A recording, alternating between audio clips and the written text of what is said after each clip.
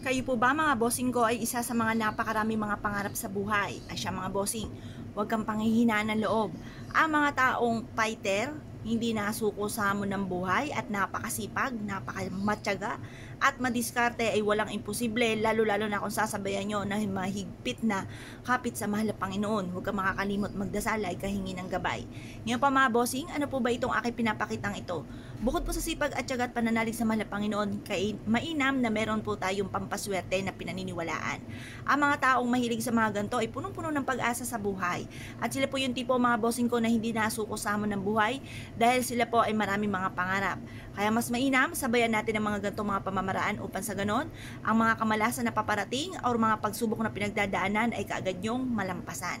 Ngayon po mga bossing at kaagad pong maiwaksi ko naman ang mga kamalasan na pinagdadaanan po ninyo. Gamitan niyo po ito ng kapangyarihan mga bossing ko ng sili. Ang sili mga bossing, maging halaman na sili na nakatanim sa harapan ng inyong tahanan ay nagtataboy ng mga negatibong enerhiya. Kagaya nito, pulang-pula po ito. Ito po ang kapulahan po niyan ay nagtatawag din ng swerte.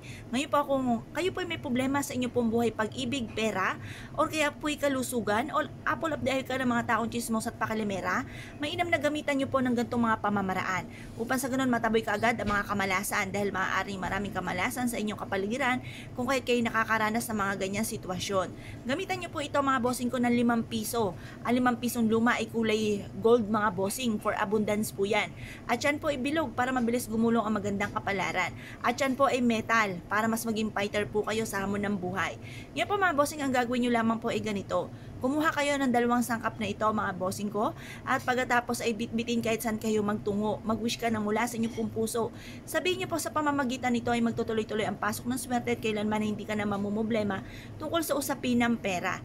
Ngayon pa mga bossing, mag-wish ka ng mula sa inyong pong puso kung ano po ang nais po ninyo na maganap or nais po ng pagbabago sa buhay po ninyo.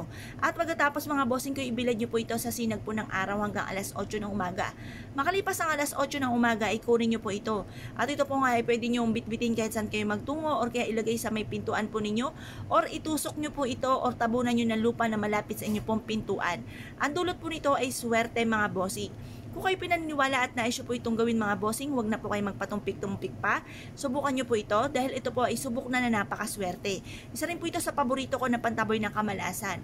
Kung kayo po mga bossing ko ay nape-pressure sa ngayon at parang ikaw po ay hindi mo malaman kung paano nyo susolusyonan ang problema, pwede nyo rin po itong iipit or ilagay sa ilalim ng inyo pong higaan or kaya po ay ilagay sa ilalim ng unan. Plastikan nyo lang po ito mga bossing dahil baka ito po ay maputol-putol, kumbaga dumikit pa sa punda ng unan or kumot.